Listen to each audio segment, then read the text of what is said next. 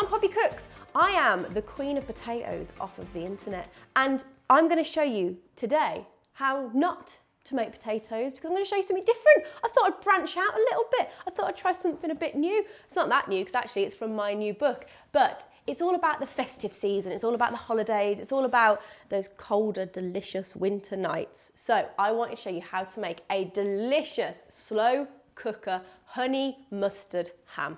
Perfect for the festive season, perfect for holidays, and perfect for a nice sandwich.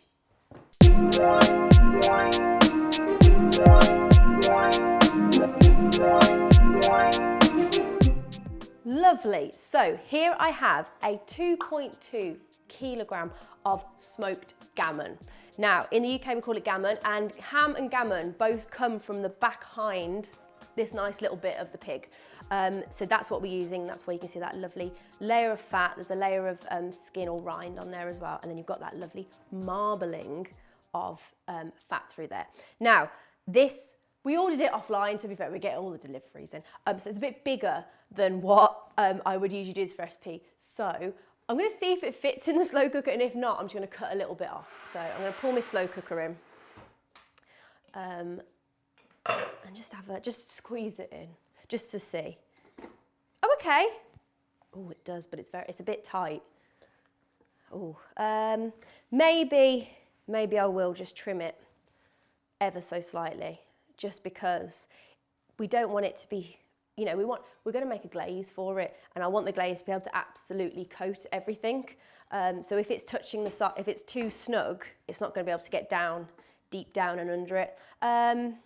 It'd be a waste to cut it off. Maybe I'll have a look. I've got a bigger slow cooker. I think I've got a bigger slow cooker. Hang on. Okay, so I've managed to upgrade. I found my bigger slow cooker. This one I think is about 6 litres, something like that, whereas the other one was about 3 litres. So big old slow cooker, which is going to fit our lovely bit of gammon into it. So I'm just going to remove the netting of the gammon, which we don't need anymore, because it's all going to be cooked in the slow cooker, so we don't need it to, it's not going to be moving or doing anything too exciting. Oh, it's got a tight bit of string on it, bloody hell. So usually when you're making a ham or a gammon, you'd boil the ham first, but we don't need to, and that's why the string's there, so when you boil it and it's moving around in the water, it doesn't all come apart. You can keep the string on for the whole time, to be fair, until you're carving, but it's not necessary. And also, sometimes some places put the string on so that it all stays together like this, because the meat isn't necessarily, there was a bone in there at one point, so they have to take the bone out and re-roll it back into place. But we don't need it, we'll be fine. There you go. So you don't even need to score it, nothing, it just goes straight into, oh, the lovely big slow cooker. It actually fit properly, which is amazing. I'll get rid of that, go wash my hands, and then I will be back to make a lovely glaze. So you want to grab a little mixing bowl, because you're going to want to mix the glaze first. Move that there. I'll move this out of the way for a second. Get a little mixer, Maurice. So for this recipe, I'm going to do a honey mustard ham. Very simply, we're going to do, you know what, because it's a bit bigger, I'm going to add a few extra tablespoons in just so it really gets coated, because the recipe asks for about 1.8-ish kilos, whereas this is 2.2. So I'm going to add another extra tablespoon of everything.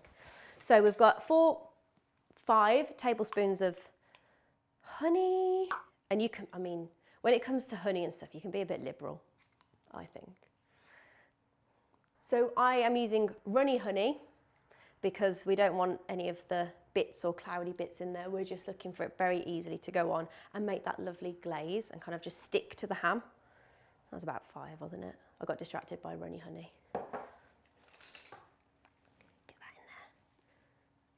I mean, if you want it to be proper, you do it all with like a bit of oil on the spoon, helps the honey come off, but I ain't proper.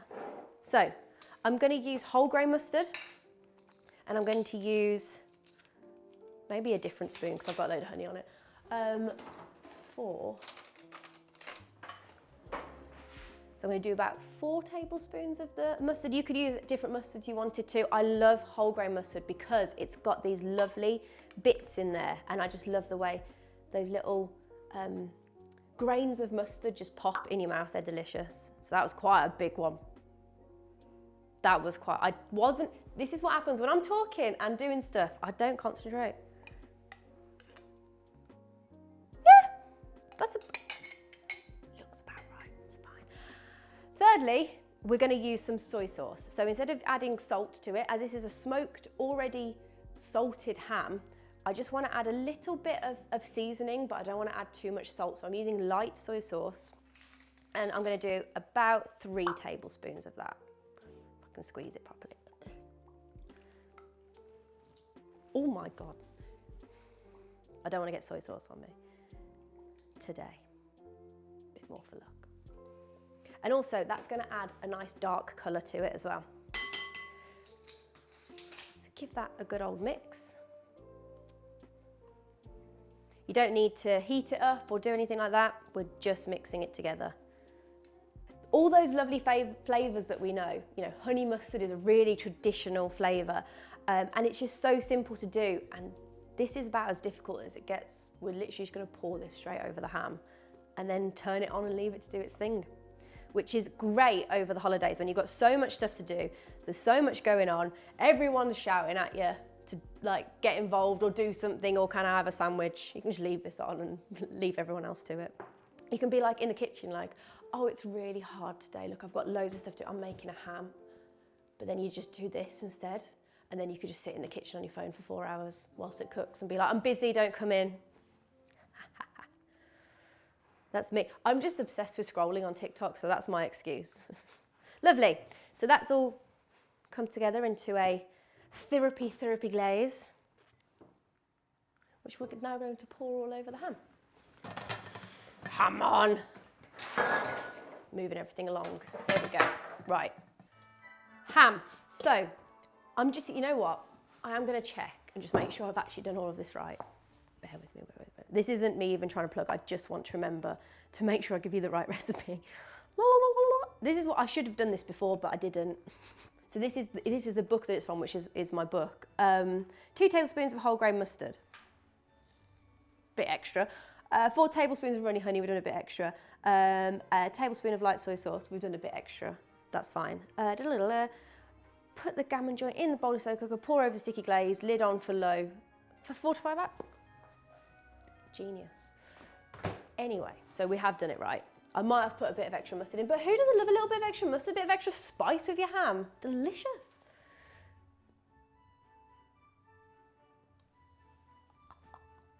There's something about pouring glaze onto things which is just devilishly delightful. Oh, I sounded like Nigella then, didn't I?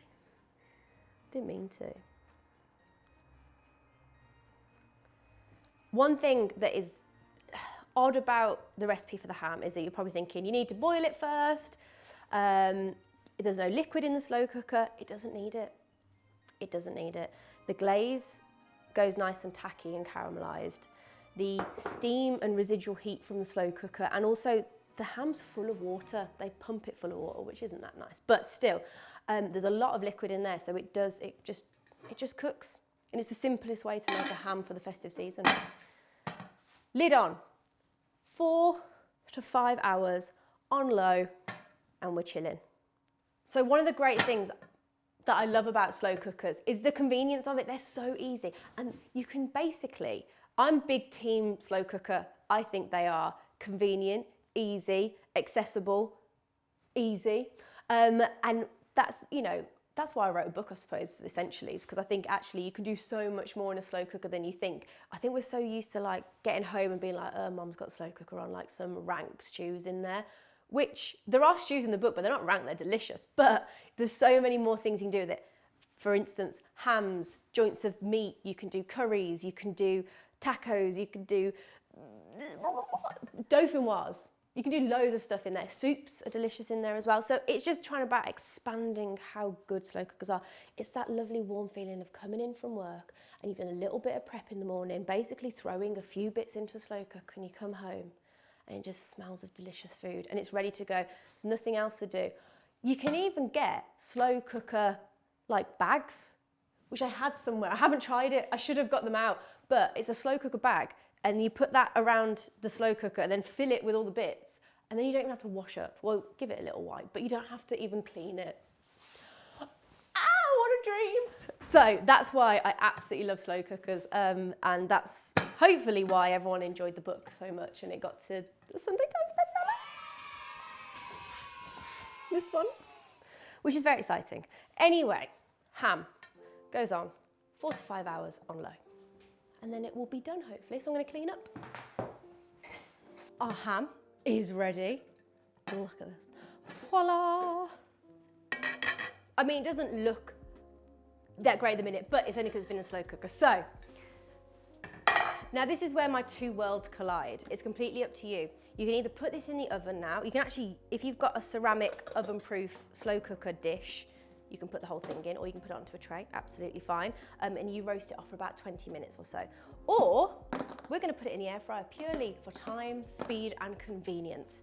So, if you've got a big enough air fryer, what I'm gonna do is I'm gonna just move my lovely ham out of the way. And you can see, actually, whilst I'm here, there's loads of juice in there. So don't worry about there not being too much liquid because it does just naturally have a lot of liquid in it. Move that to the side. Get your air fryer basket out. And then transport this big beast into this big beast. I'm going to fork and scoop. Ooh. There we go. I think that should fit all right, actually. And I'm also going to get a little bit of this juice on there, just to help it caramelize again. That's got all the honey and the soy and the mustard in it. And you can see that all those mustard grains, oh, I love whole grain mustard. They just burst when you bite them as well, and you get this crunchy little pop of spice. You know what I actually would love to try, and I haven't tried it yet properly, is Coca-Cola ham. You know when you put all the Coke in it and then the ham, which I might do another time actually, but we'll do that. That's my own thinking for one day. I'll put about half of that juice that's in there onto the gammon itself. Oh my, whew. She's a hefty boy. Just about fits into the air fryer. That is close. And then I actually need to plug my air fryer in actually. This is where I've got a handy little thing. You don't always get to see these behind the stage bits, but this is glamorous. So, turn her on, air fry, 200 for, I reckon in the air fryer it's going to be about 10 minutes, maybe less. Let's just see how it goes. We're just looking for a little bit of caramelization, a bit of that glaze to go sticky and delicious on top. And the rest of it I'm going to save to pour over when I carve it up. So the ham has had 10 minutes at 200 in the air fryer, which, oh my God, has done the job. That looks gorgeous. Show me the ham. This looks great. So I'm just going to get it out. I've realised I say so a lot. So. Oosh, hello. Ooh, that looks bloody delicious. I'm too overstimulated. What's going on? Let me move this out of the way. You are hot. Go over here. Okay. This juice go into here with the rest of this juice. Hot honey juice deliciousness. Now, we can carve the ham. I'm going to carve it this way because I want really nice big slices of ham for my sandwiches. So you need a nice big knife. You can just see how moist. Oh, it is juicy. It is delicious. Can you just see that? It is, oh, just incredible. If you don't want this top bit of fatty bit, then it just kind of just comes off when you cut it, and you can just peel it off, but I like it. So it's completely up to you. Ah, perfection. This is just, it's what you want. Ooh, it's all springing away from me. It's what you want on Boxing Day, or even just with your Christmas dinner in general, or you know, after, and you all want a little sandwich and you're all picking about. This is perfect. Oh, my knife's not quite long enough. There we go. Look at that. It's so juicy. Right, I'm gonna carve a little bit more up and then I'm gonna get some sexy shots of it. Because who doesn't want to see a sexy shot of ham? This ham is so good that I've got to give it, I think I've got to give it the Nigella treatment. Something like, for this juicy pig, no, she'd say stow, wouldn't she? This juicy stow is the perfect way to end your Boxing Day. And I just like to get that pink flesh in my mouth. Is that something she's saying? I feel like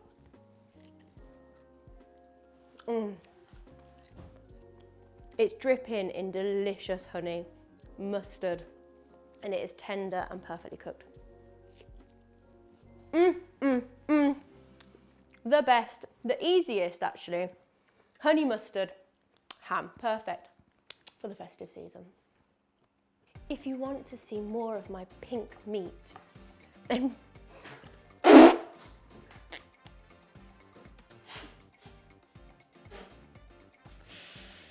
please share, like, and subscribe to my channel for juicy gobjules of luscious pork. I'm sorry, Nigella, I know you're better than that.